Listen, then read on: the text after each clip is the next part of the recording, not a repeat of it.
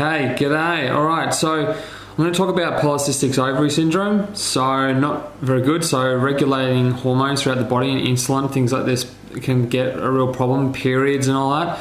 So the natural processes of the woman become quite compromised. So I'm sure some of you have had this and it is affecting lots of things about you. So key things to stay off completely is your gluten, your wheat and your dairy.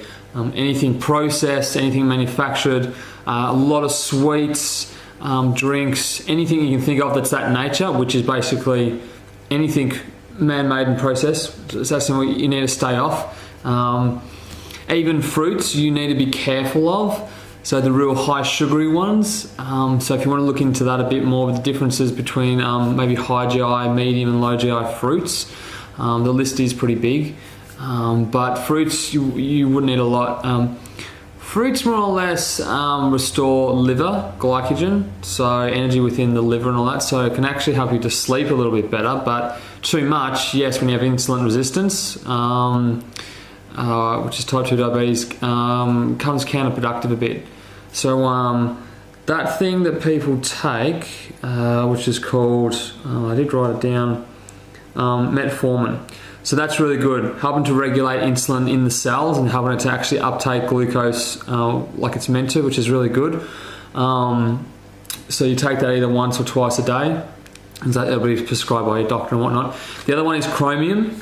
You can use chromium as well. You can cycle that as well, which is another sort of good one that helps with the glucose uptake into the body too. The other one is alpha lipoic acid. Alpha lipoic acid as well actually is extremely healthy for you. Many antioxidants and polyphenols, which are just very good in vitality of health, because cholesterol regulates as well in the cell with antioxidants, which is really good.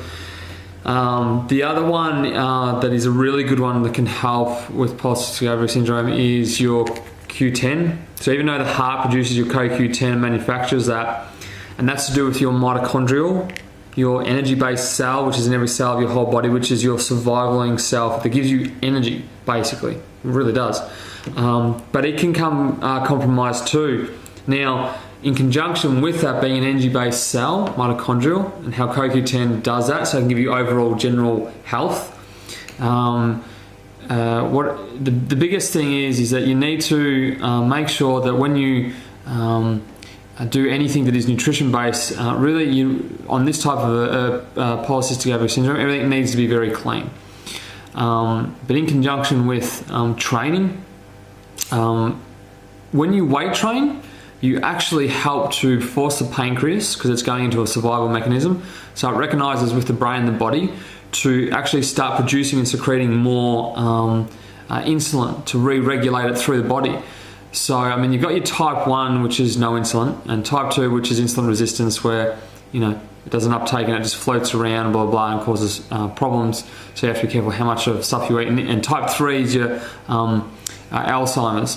So not enough insulin's actually taking glucose and all that sugars up to the brain.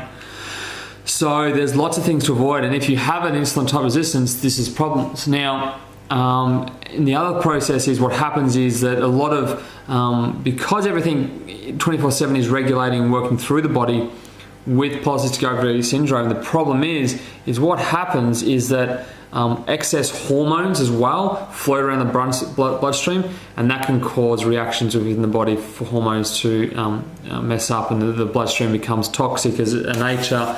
Things don't work very well. The other good thing is I get a lot of people on, which is extremely safe.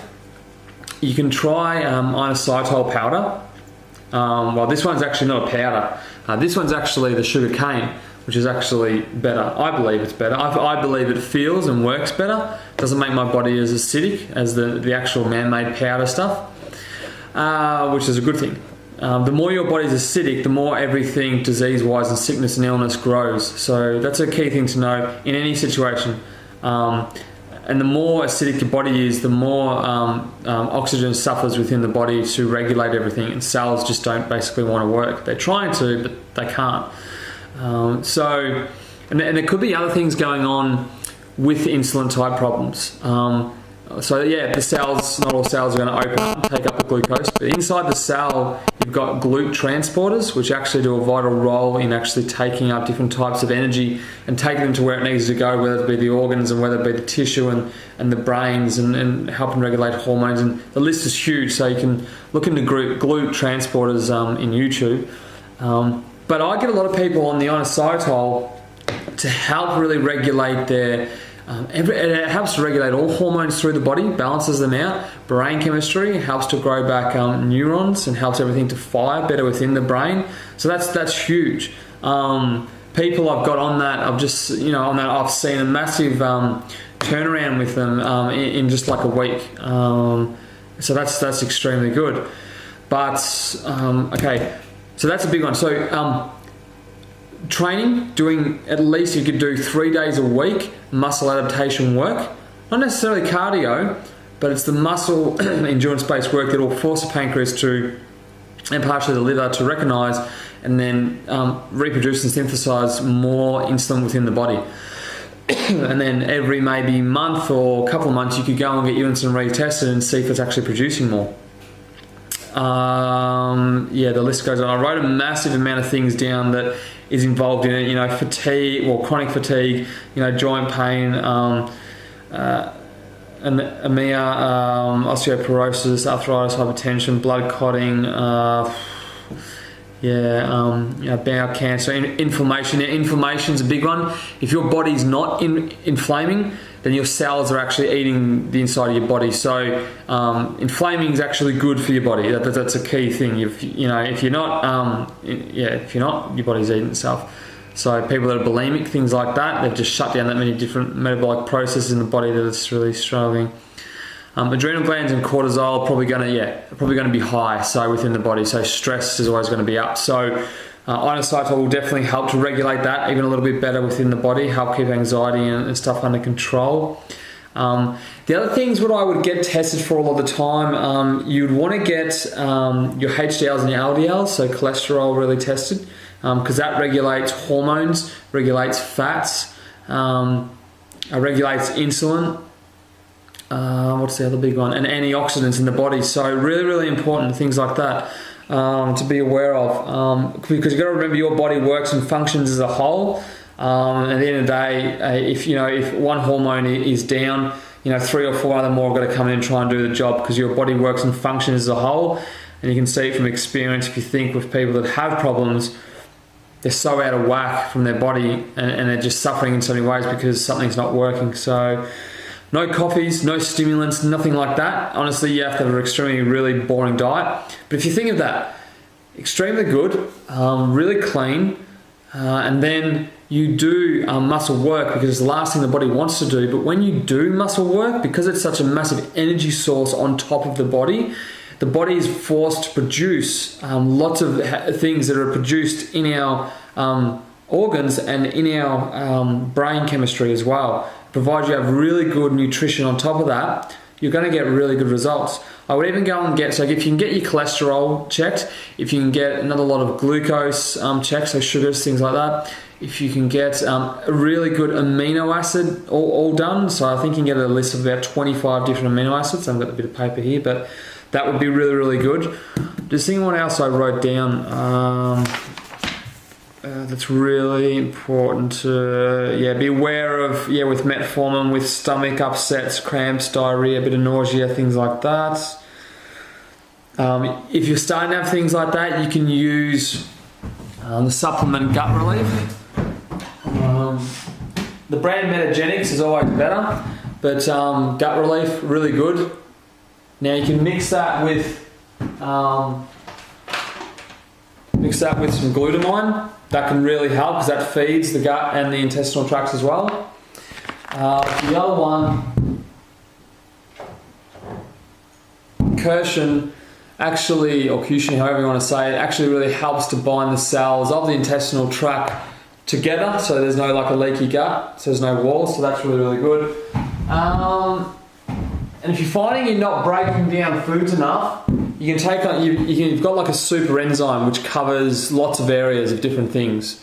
So there's many different types of things that you can take. You could take individual ones. You can get tested for individual enzymes you're actually not producing. But yeah, I'm just trying to think what else is relative that's really quite important. Obviously, optimal sleep, so the body can actually function better. Lots of fats within your diet, because you're going to actually, women mobilize and use fat a hell of a lot better as an energy source. So lots of omega-3s especially.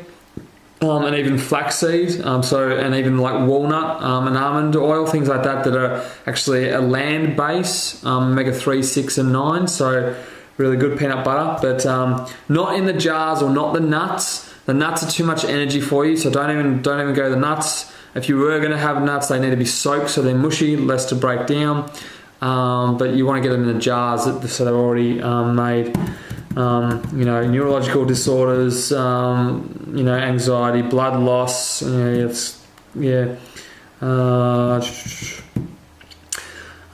GI stuff, obviously, of course, really good food. So the best one probably to stick to would be a white rice, so there won't be any allergic type reactions or something to it. Because we have building blocks of protein. It's the proteins we get allergic to.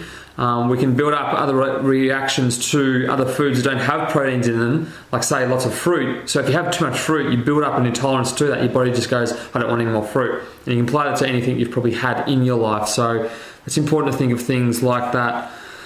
And the other big one is the autoimmune disease conditions that you can get. So basically what happens is that's the cells of your body attacking the inside of your own tissue and things like that, which is really, really not good. Your immune system sort of shut down. So it's your sympathetic nervous system, which is your stress nervous system, which is kicking in too much, forcing your immune system and your gut and your intestinal tracts to inflame, and then you inflame your body pretty much. So you've got to be careful there. So that's why, and it's hard. You've got to keep with any type of sickness, illness, disease, problems we have. It's practice and constant repetitive of the mind to be able to get you really focused on any situation and just really stick to it. So you really need to see a good nutritionist to get lots of things done. Lots of doctors out there don't know how to, I've been to heaps, and they don't know how to apply nutrition to lots of diseases. I mean, they can give you a rough idea, but going into the real science, that's when you go to specific people that specialize in it, like an endocrinologist, like that.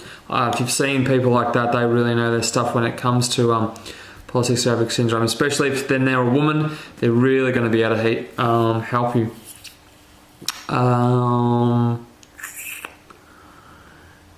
Cross reactions. And a coffee, milk, eggs, no chocolate, no yeast. No millet, no soy, no rice, no potatoes, no sesame. So sesame's sesame seed, so oil, so don't worry about that. I think that's about the main stuff that I really wanted to cover, but if you're having, what you're allergic to, then don't have it. Processed, you don't have it.